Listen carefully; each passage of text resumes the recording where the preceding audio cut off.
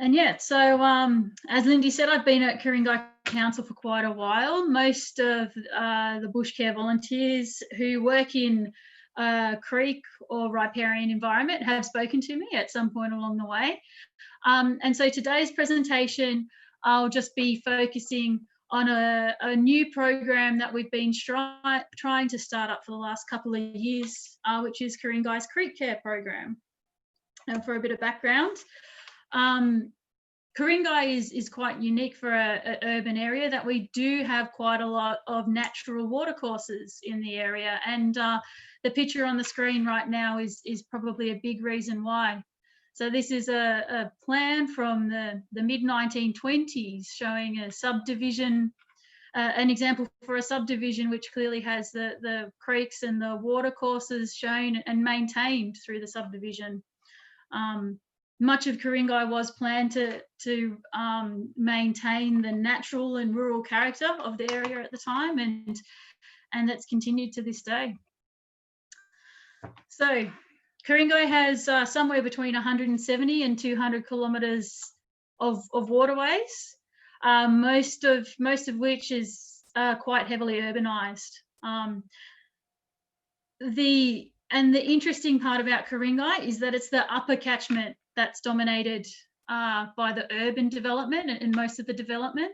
In most areas, it's the hills and the steep mountains that get left as vegetated and forested, and it's the coastal or the riverine floodplains where development often occurs. But Sydney's not the typical development area, and a lot of areas are like Ku-ring-gai, where we've got development up on the ridgelines, and then it's the steep gullies and all the waterways that have incised into the Hawkesbury sandstone that have been left in a more natural condition. So in Ku-ring-gai, we have a wide range of waterways, everything from fairly natural and resilient waterways that are still just maintaining what they would have been like a couple of hundred years ago before development. So the top top left-hand picture of the screen is a picture of Tree Fern Gully, the lower part of Tree Fern Gully, which is up in the Wildflower Garden, which doesn't have much development at all, and so it's very natural. It's got very well vegetated banks. There's a lot of in-stream vegetation where the bed isn't bedrock, and there's lots of different habitats.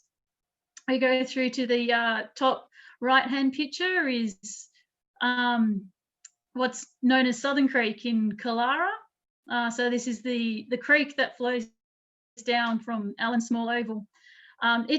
Most parts of it are pretty good. There's local areas of erosion and weed issues going on there, but fairly localised, and there's big sections of that creek that have remained relatively well intact.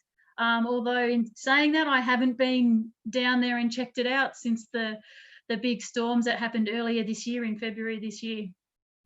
Bottom left-hand corner is a picture that many people may know if you've been walking in the Blackbutt Creek area. This is the section of the creek just down from Minamurra Avenue, and there's the Gabion Wall along there that was put in by Sydney Water to protect the sewer infrastructure that was exposed by some erosion a few years back.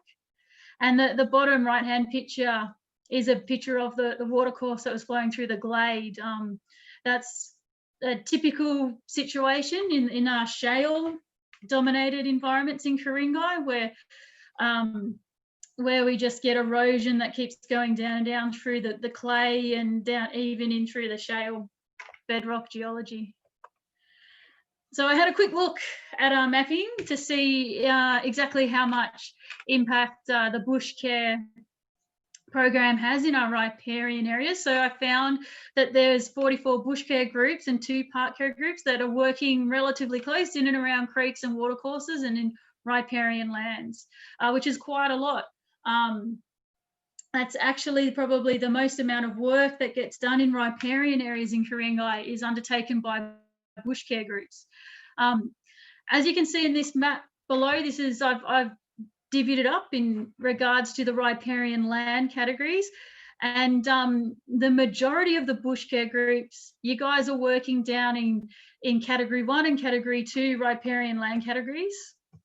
So the riparian lands mapping, for those who aren't familiar with it, is our mapping that we have in our local environment plan, and the objectives around that is protecting the waterways and the riparian environments, mostly for development.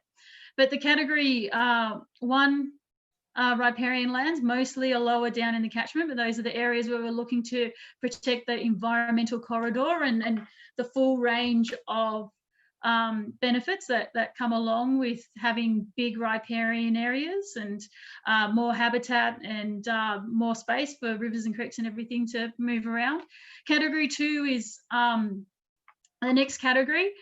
For development purposes, it has a slightly smaller buffer, but the focus there is on maintaining terrestrial and aquatic habitat. So most of the bushcare groups, you guys are working down in these areas that are lower down in the catchment. And one of the important things to remember about that is you're absorbing all the impacts. So everything that happens up in these Category 3A and Category 3 areas is getting transferred down mostly to where you are lower down in the catchment. There's a couple of exceptions to the riparian lands categories, but most of them we're working is lower down in the catchment. So the riparian land mapping is one of council's, one of the mechanisms council has in place to try and help ensure that with the ongoing development that these areas are appropriately considered. And there's a lot of different controls in the DCP about maintaining an appropriate buffer distance for riparian land. So for the environmental corridor areas, it's a 40-metre buffer from working from the top of the bank of the watercourse, and 20 metres for the Category 2. And that's to ensure that there's enough space for the watercourses to act naturally, to flow naturally, to erode, to drain things that they do naturally, but also to make sure that development doesn't get too close in there and impact on the stability of those systems. There we go. There we go. So in thinking how we manage urban watercourses and urban riparian areas, it's quite a tricky situation. A lot of the time, if you're looking at restoring a degraded ecosystem, you're trying to get it back to either a partially reinstated ecosystem or a ecosystem.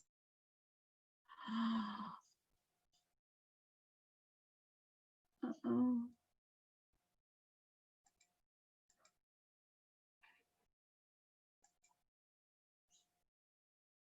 So apologies. I don't know if you want to jump on, Lindy, but Rover said die. What's happened? Rover died. Oh. Okay. Sorry, everybody. We have lost a connection. Hang on.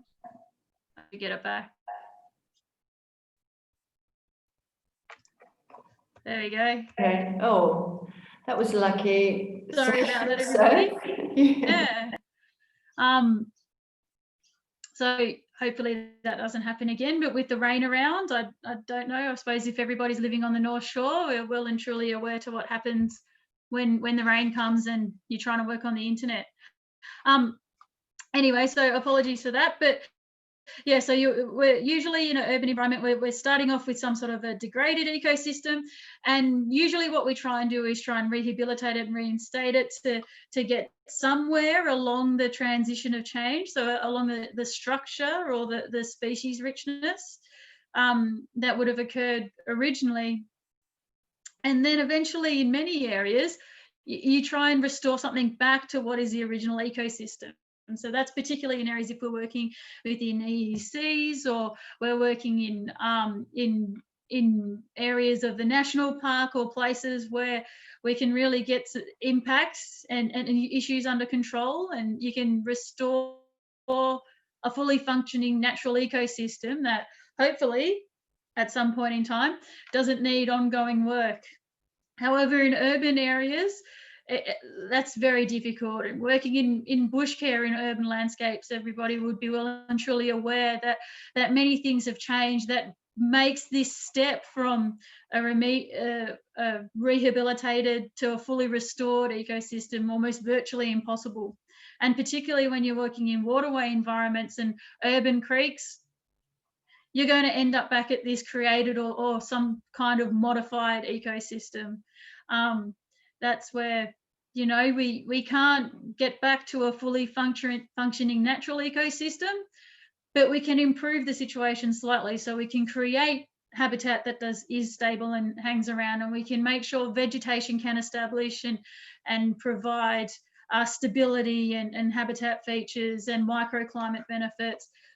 But it may just not be as ecologically diverse and maybe even stable in the long term as an original ecosystem would have been. So in recognising that, we're not going to get everything back to before European settlement in Ku-ring-gai. We need to have a look and see where we can go and how we can go about that. And so that's what the Creek Care program is trying to achieve. So it's been developed to provide the background information, tools and training to enable the community and volunteers to have better impact and better outcomes when managing waterways and riparian areas. So some of you may be aware that we've been trying to get this program up and running for a couple of years. We've applied for a couple of grants to see if we can get some extra funding so we can get some more staff and consultants involved to be able to, really value add to what I think is a really good program to have in an urban environment. However, we haven't been successful in getting any funding so far, so we're continuing with the program, but doing it in more of a measured approach and basically taking baby steps. So the key is we're trying to make sure that we're providing the community with enough information they need to make informed decisions. We're providing that training so that people can understand waterways and watercourses, riparian areas a little bit better. We're providing support where we can, and that includes some financial support. However, the financial support through the Creek Care program is mostly going to be available to private property owners who for works on private lands. And that's mostly because at the moment, as bushcare volunteers and working in council managed lands, you've got opportunities to get funding through the Environmental Levy Small Grants Program or even other state governments' environmental trust, land care.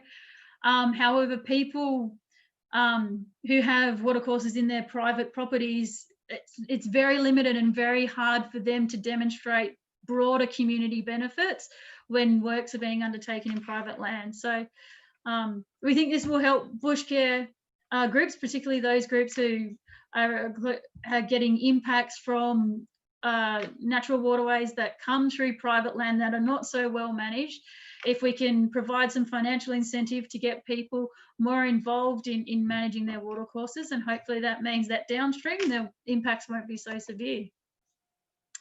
So background information, this is a key topic that I'm quite passionate about, is that in order to get good outcomes for your watercourse and to make sure you have the most effective solutions to a problem that you may have in your creek, you need to understand your full catchment and your boundary conditions and what's impacting everything. So we'll see if these links work. Topography can sometimes be a bit tricky to figure out exactly where you are if you're not like me and you don't collect topographic maps. Sometimes you'll need to see if you can get it online. And this is 6Viewer. Some people may be aware of it. This is a online map that anybody can access. And you can jump on here to have a look and see what your catchment looks like. You can get depending on what map you want, you can even get some topographic information, so you can get your 10-meter contours. You can work out your catchment size, have an idea of the development. And if you're really keen, you can even go on there and have a look at the Sydney's aerial imagery from 1943. Having a look and seeing what things were like back in 1943 is also a really handy and interesting thing to do in many cases, because you get that idea of the transition of land use that your site has been through.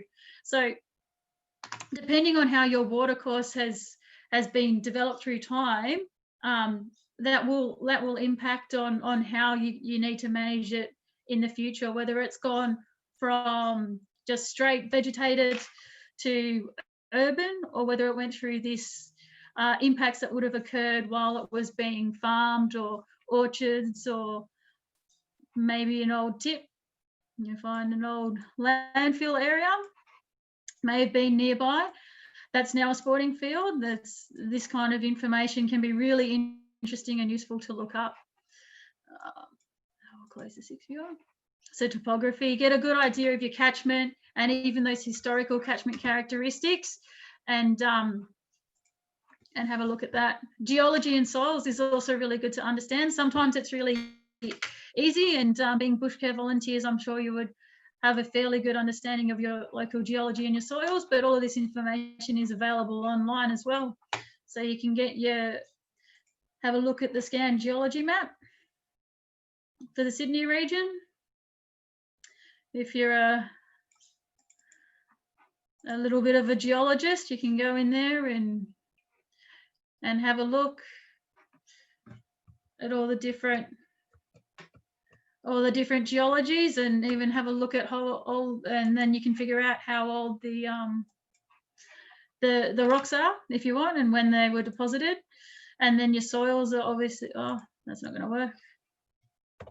Your soils are available online as well, but my link's not working, so I apologise for that. Catchment and waterway mapping.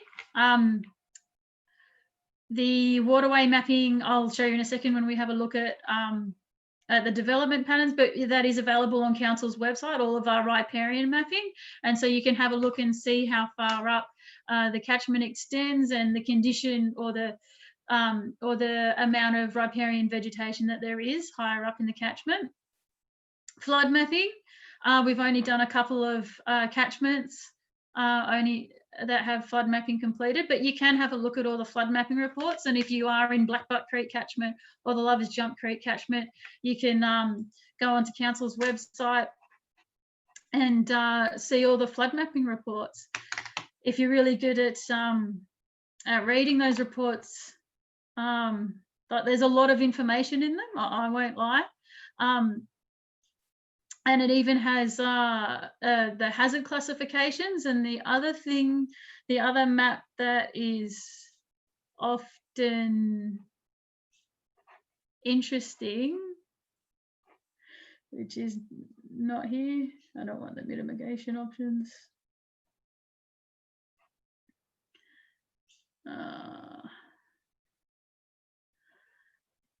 Is the flood hydraulic categories mapping. I'll open this one quickly.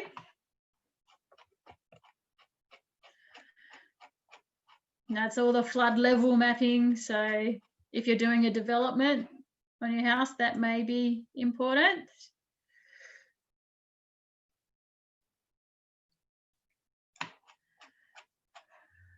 Yeah. These ones, the hydraulic categories. So what the hydraulic categories show is floodways. So where those areas of your site that you might need to make sure are kept nice and free from too much vegetation or development, because that's where the flood's going to be flowing. Flood storage and flood fringe areas. So in your site, if you do have flood mapping, we'll go down here. It gives you a good idea of kind of those areas that you should expect to be inundated every once in a while, or those areas that they're going to have fairly fast flows ripping through them, and that might inform what kind of vegetation or rehabilitation plan that you're going to apply in a certain area. There we go. And then development patterns, obviously having a really good understanding of what's happening higher up in the catchment and how that may be impacting your site is quite important. So you can get all the zoning information off Council's web map. And Council's web map also has some flood mapping on it, but it also has the riparian lands mapping in it. Excuse me as well for not looking directly at the camera and trying to drive the computer at the same time as doing the presentation.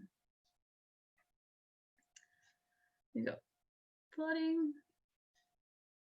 green red, riparian lands.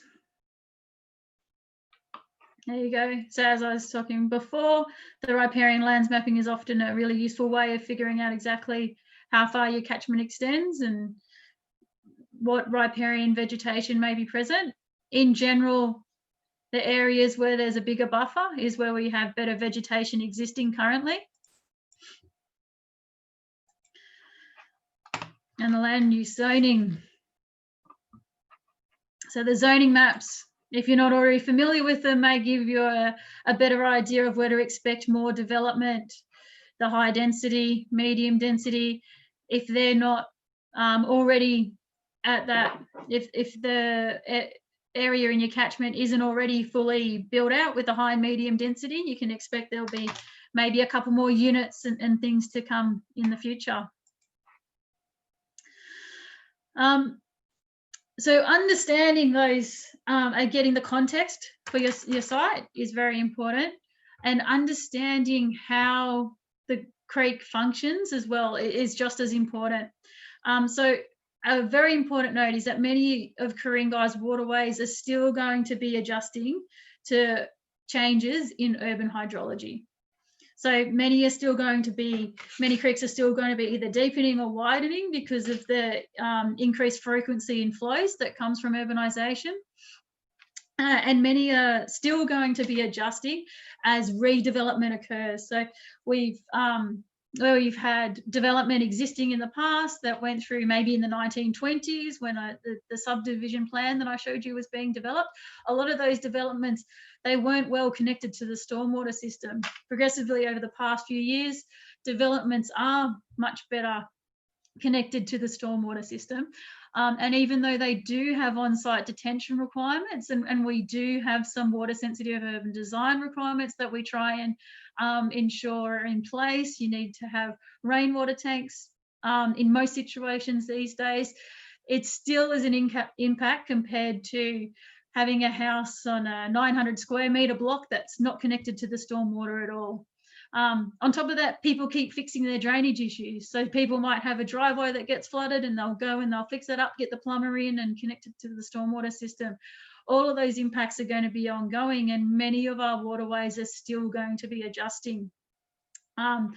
Council has a program where we're trying to put in more water sensitive design, more filters, more rain gardens, stormwater harvesting to try and mitigate some of those impacts. But in most cases, it's still going to be an ongoing adjustment. It's also important to note that if you have a creek or a watercourse, erosion isn't necessarily a bad thing. And I'll say this to people a lot of the time, that creeks are supposed to erode, waterways are supposed to erode, that's what they do.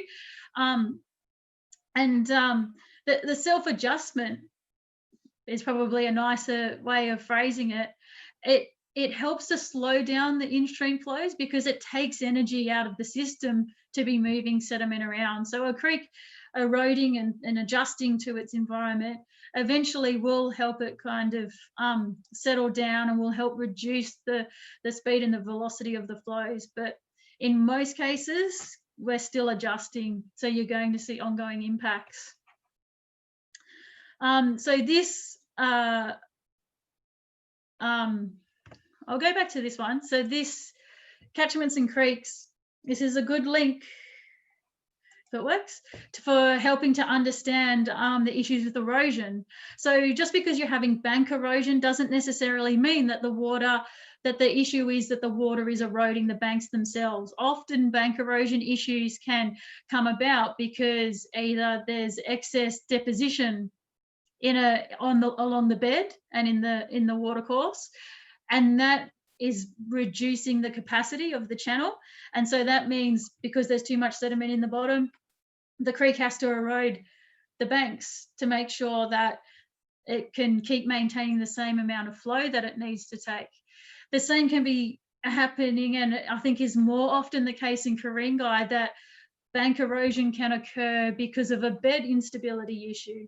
So where, particularly in the shale landscapes around Ku-ring-gai, what will happen is the creek flows will go past a threshold that'll mean that the clay at the bed of the creek just erodes away very easily.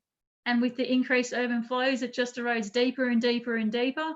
And then the banks will start falling in because the bed's getting deeper and the sides are getting more unstable.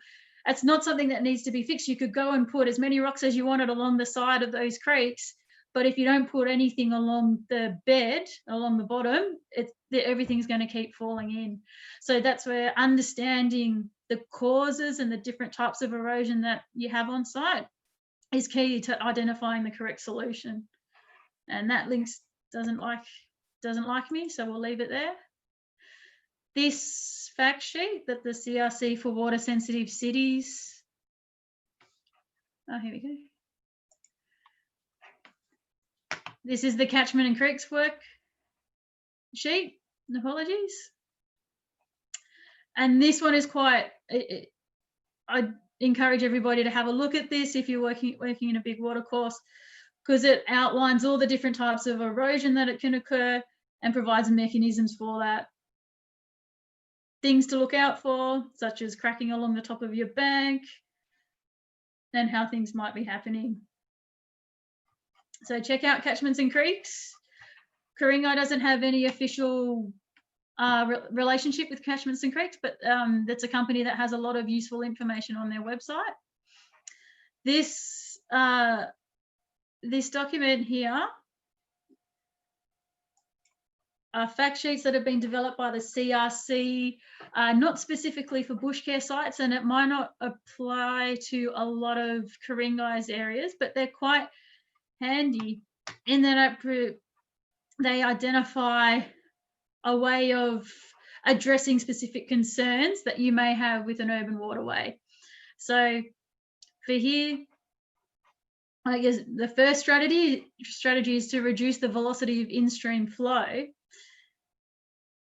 And I think nearly all of the comments that the CRC for water sensitive cities says this little note where your catchment and your strategies for fixing your urban waterways are going to be most effective where you've got catchment-wide stormwater management already implemented. So that's rain gardens, street tree pits, lots of water reuse in the catchment, and things that Ku-ring-gai is progressively working to, but it's not a green field area that we're redeveloping and being able to put all these things in from the start. It's a piece-by-piece situation. So for here, they've even got encouraged the channel to naturally self-adjust to the impacts. It's got where the solution is most likely to be effective, and it's got other references and comments. So if you have some ideas of things that you want to do in your creek or your watercourse, have a look through some of these fact sheets on the CRC website that I have the link there for, and it will provide give you a bit of an idea whether it's suitable for your particular site or not. So other considerations are development approvals and requirements. What's happening in the picture here is not something that private landowners or anybody else can do without approval from the state government. So if you were doing this in your backyard, you would not only need a development application approval from council, you would need a controlled activity approval from the Department of the PI, Department of Infrastructure, Planning and the Environment, and that link there takes you to their link about all their information on the controlled activity approvals. You also need to consider your access. I know a lot of the areas where bushcare groups work simply don't have access to fit a big excavator down in there without already damaging the good work that the bushcare group has already done. So that will come down to priorities, whether you can physically get a machine down there to do big works, or whether it's just not going to happen. Many areas are steep, and it's without helicopters, the material that's needed to stabilize something is just not going to be able to be transported there. Funding, obviously, projects like what we have here on the slide are very expensive and they need grant funding. This is a photo of the works that were done at the top of Sheldon Forest a few years ago, and that was done with grant funding from the local land services. And that was done also with complete bush regeneration for that top area. That used to be a big weed plume. Time. One thing a lot of bushcare groups have that not very many other, I should say bushcare groups and people who own creeks in their backyards have, they have a lot of time. Whether you think you have a lot of time or not is different, but you do have the capacity to do things over a longer time frame than many grant funded projects that have a discrete number of months that you need to spend the money. And even council funding to do projects, you've got a year that you need to spend it in and you need to get it done, and sometimes it's hard to adjust that. Whereas if you're working in an area for a while, you can go maybe the more slowly. My best advice is that when you start looking at how to deal with creeks and waterways, you try and use what you've got. Even if your watercourse is full of weeds and sediment and everything, before you go dealing with it, just have a very careful look and consideration of, like, every action that you take in a watercourse will cause some sort of reaction. So you've got to make sure that whatever the action that you undertake is going to have, that you're ready for what the reaction that the watercourse is going to give to you. In many cases, weeds such as the umbrella sedge here, I wouldn't recommend taking that out holus bolus. I would recommend probably leaving it in place if it's helping to stabilize a bed or the banks of a channel, and maybe just get rid of the seeds to stop it from spreading when it's going into seed. Maybe doing things like incrementally rather than trying to clear out a whole channel all in one go is a much better approach to many creek situations. As we said at the beginning, I've been at council a long time, and there have been many situations where I have received a call from a resident who's bought a place, moved in, the creek was full of weeds, so they've gone through and ripped all the weeds out without a plan for revegetation or stabilisation, and all of a sudden the first big rain event comes through and the guts get ripped out of the channel. And then instead of a weedy, stable channel, now they have a exposed, unstable channel, and it's going to cost a lot more to fix than if they just maybe use the weeds to their benefit rather than ripping them all out. It's obviously particularly important where your funding and access is highly restricted. I put a point there about anchoring, because using what you've got could include using logs and branches and things that you've got on the side, or from pruning, or removing weed trees. Obviously, I wouldn't go using any trees that are going to have the chance of resprouting once you lay the logs anywhere. But if you've got any wood that is not going to cause any issues, and you want to use it to stabilize sections of the channel, you need to very carefully consider anchoring, because chances are for most of the bushcare sites, if the log or the vegetation is small enough for you to move, it is more than small enough to have the creek remove it for you. So if you're using logs to plug in any holes or stabilize any undercutting. Make sure that you've thought about some sort of anchoring, otherwise your hard work will be washed away. Some examples here from some soft engineering that council's undertaken. Some of you may recognise this site with all the bamboo and the creek running through it. It is in Ku-ring-gai, Turrbin Reserve North. A couple of years ago, we're still concerned, but there's quite a bit of bed instability issues going through here. It's a shale-dominated landscape, and the creek's just deepening and deepening. So staff from the strategy department actually went through and tried to stabilise some of the existing head cuts. So we didn't do anything, we didn't dig anything out. All we did was try and use coir logs and other logs from the site to stabilise existing head cuts. After this is about 18 months later, that's still going well. It had stabilised the head cuts. There hadn't been any movement. There'd been some deposition. There's some weeds, and then a little bit later, this particular one, the coir log, was completely gone, and we expected that to happen. We weren't expecting them to stay there forever. But I think one of the key points that I want to raise with this issue is this approach to maintaining a creek is that you need to be available to go back and revisit the site often, because this particular part of the reserve isn't high on the priority list for vegetation maintenance or watercourse maintenance. It doesn't get the ongoing love and attention it probably needs in order for these soft engineering approaches to really work and provide long-term benefit. There's another site in St Ives Chase, I'm going to say, the end of Phillip Road, just up from Warrimoo Oval, where there's a big sediment plume, and going through the sediment plume there was multiple channels coming from a stormwater outlet, and it all fed down into the creek, kind of over the sandstone ledges, a bit of a waterfall before it goes into a more natural creek.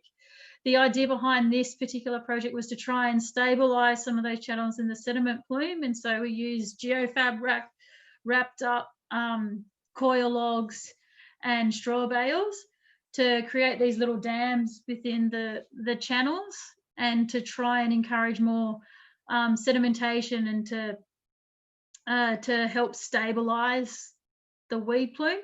We didn't want to go in there and take out all the weeds and everything, because we didn't have the funding to be able to do it properly. It worked well for a little while, but the sediment plume was quite a bit more unstable than we expected it to be. So eventually the little dams just got eroded around the edges. And once again, partially that was because we didn't have the resources to go in there after every storm event and make sure everything was stable and still holding together. So yeah, the ongoing maintenance is just too high for council. So that leads us to having a site creek management plan. I know all the bushcare groups have been working on their site management plans and identifying what they're going to work and where you're going to, how you're going to progress your sites over time. It's also important to do that for a creek specifically. So noting down all of the features and controlling factors that you know are impacting your creek is very important for ongoing management of it. We have a riparian condition assessment for council, which we do not do often enough because of resources, but we have tried to go out there and quickly take a bit of a snapshot of areas to make sure that we've identified any key issues. We go out there, and even though we haven't been able to do the whole riparian assessment again in the last 10 years, I suppose, we're due to do it now. we go out there to those key sites and we do keep an eye on them over time. I think with bushcare groups, it's especially important that you keep this information so that you can share it with new members and people that come along to the group as well. If you have it all there, it's handy, and you can just go through and identify what needs to be done in terms of the channel. It can also help guide where you're probably not going to put too much work into the vegetation, because if you know that your channel or your watercourse is still adjusting to catchment impacts, you don't want to go spending all your time and effort planting along the bank if you know that's potentially going to get washed away in the next storm. I would also say with your site management plan to make a map. I was going to put a picture of a survey kind of map that we've done for some of our creek rehab plans, but that's not what you either a private property owner or a bushcare group really needs to do. A mud map or a map that you've developed on your own using you know, freely available GIS software is perfectly fine, and it's more so that you can track changes in the channel over time, and you can see how things really are happening. You can see if it's a gradual input like gradually happening over time, or if it's when you get those big events, that's when you get the most amount of impact. Some sites it'll be different depending on where you are. So 6 viewers, this one we looked at before for mapping at home. QGIS is like an open source geographic information mapping system. If you're into mapping, you can use that, but if you're not into mapping things and you're not into doing everything on the computer, by all means, a mud map with measurements that you do with your tape measure will be fine for you to be able to track it. Whatever you can use to track how things are changing over time. And then that brings us to, as Creek Care continues, we're going to need some demonstration sites. So if you would like for your bushcare site to be a demonstration site, or you do have a watercourse on your private land and you think it might be a good one for us to do a bit of a demonstration project on, please get in contact with me and let me know. It'd be great to be able to work with everybody together on this and try and yeah, leverage some good demonstration sites so we can, you know, so we can show everybody how to manage our waterways and watercourses, and that the upper catchment areas that are mostly in private property ownership are managed just as well, or even better. I'm going to say even better than the lower catchment areas. I don't know. Thank you very much, Sophia. Let's pop back on. Well, that was fantastic. Thank you very much. I'm just going to say now to those people watching, if you have got some questions and you want to, just type them into the Q&A icon there so that Sophia can respond to you. But it was very comprehensive, Sophia. Thank you very much. So it was left us, thank goodness it's being recorded so we can go over it a few times. But to me, I think, and I'll just keep talking until we get some questions up on the Q&A. There's just no quick fix, is it? It's a very long-term proposition, and it is all about tracking the changes, as you say. And it's not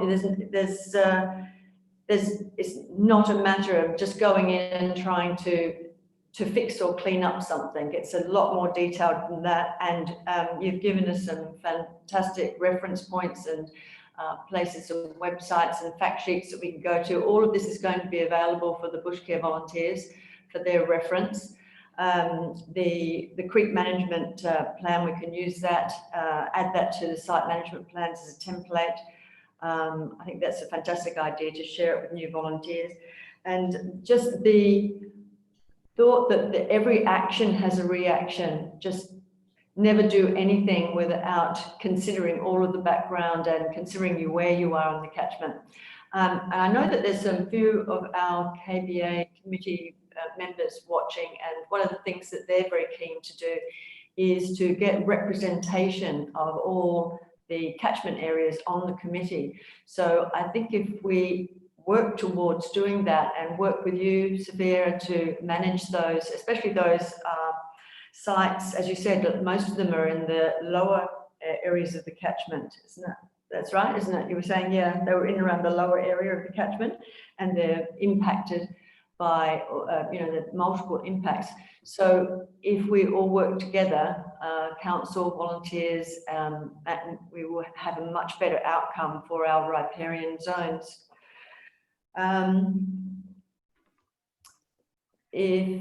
Has everybody had their questions answered by this very thorough presentation? Because I can't see any questions popping up.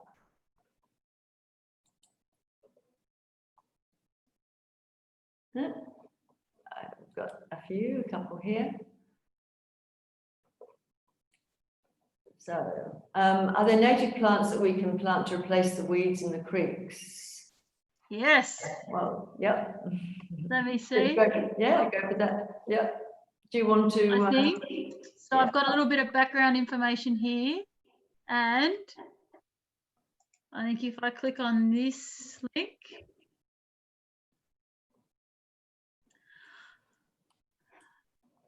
on our waterway ecology page, we do have a native riparian species list. It's a bit old now. We might review it, but it is very comprehensive. Mm-hmm. Whereabouts is this, Sophia? Did you say it on our website? Yep, this is on our website, and I've put the link in the presentation.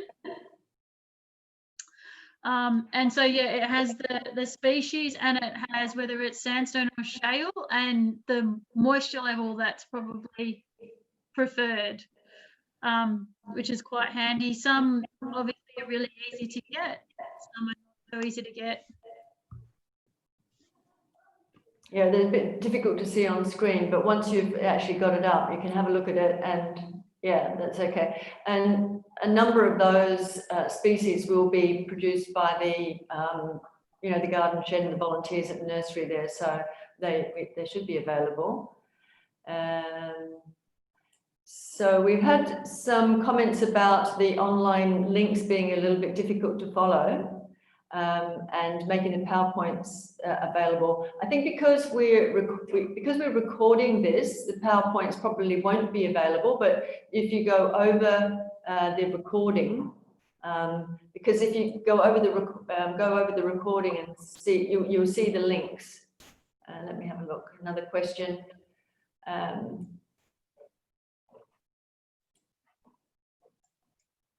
Sorry, I've lost my questions.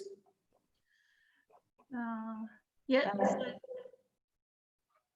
Okay, comforting to know that the riparian mapping is still accessible. Thanks, very informative. We'll take on board for the flying fox. That's Nancy Cullen, thank you. What about removing existing weeds in riparian zone? Poisoning seems best as removal adds to erosion. Weeds keep washing down from gardens higher up. Do you want to answer that one, Sophia? Yeah, you might just have to mute yourself, Lindy. Yeah, thank you. Yeah, absolutely. So poisoning is best depending on if you've got large woody trees or things like privet that you want to remove. It's often good to poison and leave the roots in the bank. Weeds will keep washing down from gardens higher up in the catchment, and we have controls in the riparian lands controls and for developments to try and make sure that mostly native plants are established in riparian areas to try and address that issue.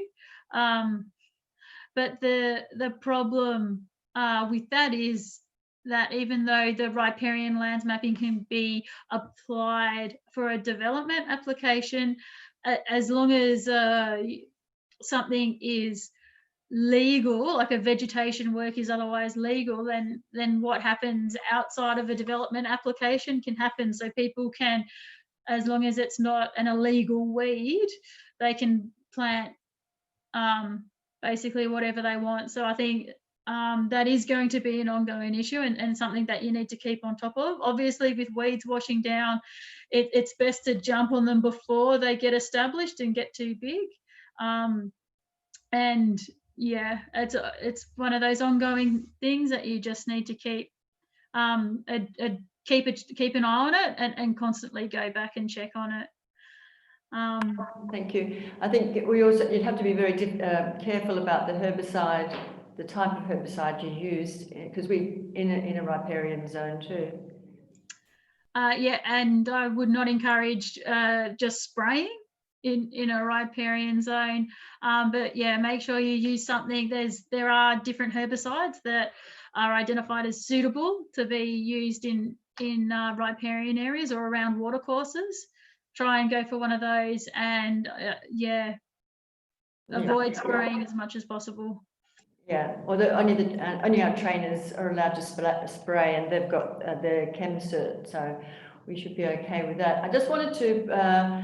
David Brennan put up a website that called SEED, SEED portal, also provides publicly available mapping. If anybody wants to take a note of that, it's www.seed.nsw.gov.au.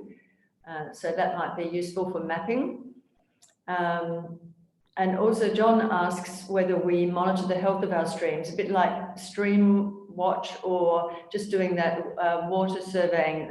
You do that, don't you, Sophia, with another group, like the pH, the aquatic species, the wildlife in the creeks. You do that sort of monitoring, don't you? Yes, so we do creek health monitoring. It's not on all creeks, but usually on the main part, lower down in the catchment, we have monitoring sites that we do every second year or so. So that is the macroinvertebrate sampling. So we look at stream health according to the bugs, the assemblage of bugs that are living in there, and we also collect water quality variables.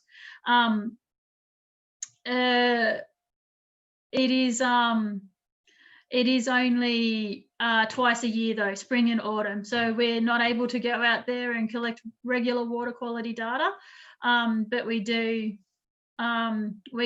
go out and monitor the health of the catchments basically by sampling those lower parts of the watercourses. Okay, thank you. Well, I hope that's answered all the questions. As I said, this webinar has been recorded, and you might need to watch it again because it was very dense in information. Thanks, Sophia. I was trying to write down notes as madly as we were going. We've got another one from Jaden. Do you ever get involved with a national water bug blitz? No, I have not done the national water bug blitz. Do we know what that is? Is it like, I'm assuming it's like the bird count, but water bugs? Maybe Jaden can enlighten us on that one. But anyway, no, sorry, Jaden, we don't get involved with that at the moment. Maybe you can help us out, point us in the right direction. So I think we have been going now for about an hour, and so we will finish off here if there's no more questions. Oh, Jaden's saying it's a lot of fun and he's going to email us the details, so that's great. Everybody, thank you very much for tuning in to watch the Creek Care webinar, and if you would like your bushcare site to be used for a training ground, please get in touch with Sophia. I think her email was up on the screen, or if you didn't get that, you can certainly contact me or Kim Griffin, and we will pass the details on to Sophia. So hopefully we can get that going in the new year. That'd be great. Right, thank you very much for listening, everybody. I'm going to end the webinar now. And thank you very much, Sophia, and I'll catch up with you in a minute. Yep. Thank you, everyone. Thanks a lot. Goodbye, everybody. Enjoy the rest of your afternoon.